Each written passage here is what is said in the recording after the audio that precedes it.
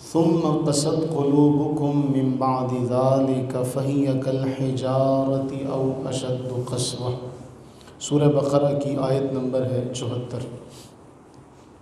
اس سے پہلے ہم تفصیل سے یہ واقعہ پڑھ چکے ہیں کہ کس طرح سے گائے ذبح کی گئی اور گائے ذبح کر کے ان کا ایک جو بت تھا اسے توڑا گیا کہ گائے کے اندر کوئی خاص چیز ہے، اس کی کوئی اہمیت تھی ان کی نگاہ میں۔ اب ان کا مطلب، ان کا مقصد، ان کا مدعا ہو گیا پورا۔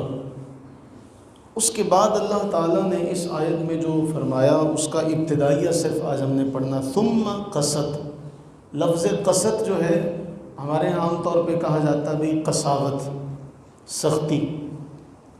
تو اللہ تعالیٰ فرما رہا ہے کہ اس واقعے کے بعد کہ جب ان کا مطلب، ان کا مدعا پورا ہو گیا، قاتل کا پتہ چل گیا کہ قاتل کون ہے، سارا معاملہ حل ہو گیا، ہونا تو یہ چاہیے تھا کہ یہ اللہ کے نبی کے شکر گزار ہوتے، فرما برداری کا راستہ اختیار کرتے، لیکن اس کے بجائے انہوں نے دوسری راہ اختیار کر لی۔ ان کے دل میں سختی آ گئی، اور وہ سختی کی اللہ تعالیٰ نے مثال دی، فہی کالحجارہ، جیسے پتھر سخت ہوتے، بلکہ او اشد قسوہ، بلکہ اس سے بھی زیادہ شدید سختی ان کے دلوں میں آئی۔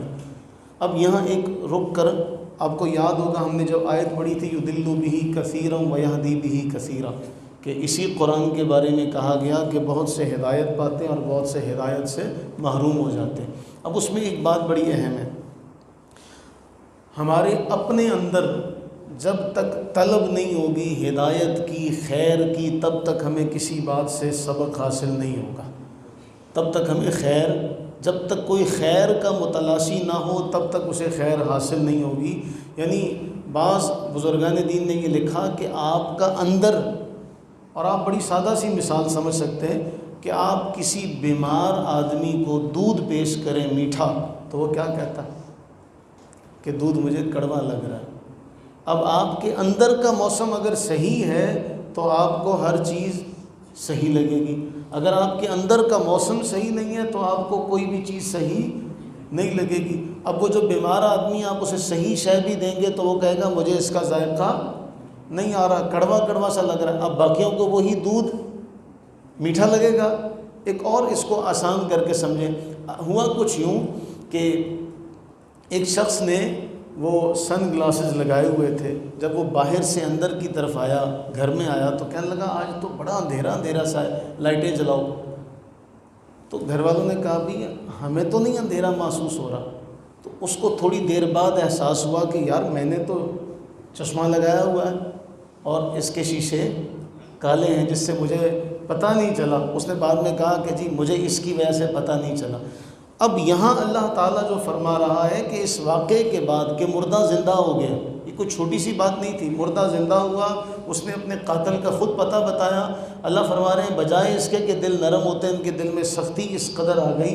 تو معلوم یہ ہوا کہ ہمارا اپنا دل اگر اندر سے خیر کا طالب ہوگا تو ہمیں آدھا گلاس بھرا ہوا نظر آئے گا، اور اگر ہمارا اپنا اندر خیر کا متلاشی نہ ہوا، ہدایت کا طالب نہ ہوا تو ہمیں آدھا خالی نظر آئے گا، بھرا ہوا نظر نہیں آئے گا۔ یعنی اگر ہم ہدایت کے طالب ہیں تو آدھا بھرا ہوا ہر جگہ دیکھے گا، ہم ہر جگہ اپنا سبق حاصل کر لیں گے۔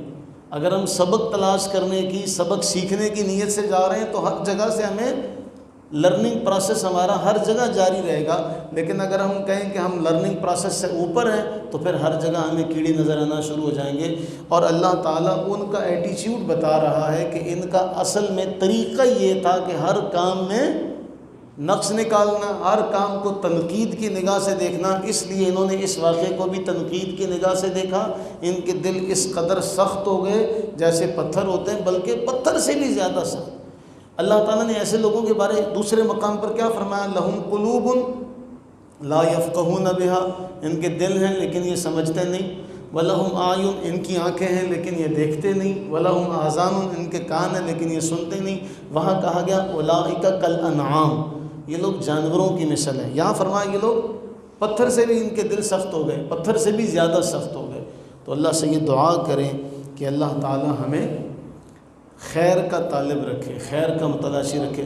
میں نے آپ کو ایک بار بتایا تھا، میرے ایک استاد محترم مجھے دعا دینے لگے، انہوں نے کہا کہ اللہ تجھے خوش اور خشک رکھے، تو پھر خود ہی اس جملے کی وضاحت کی کہ خشک پانی کی تلاش میں رہتا ہے، خشک جب رہے گا تو پانی کی طلب اس کو رہے گی، اور جب زیادہ پانی اس کے پاس آ جائے گا تو پھر وہ گل سڑ جائے گا۔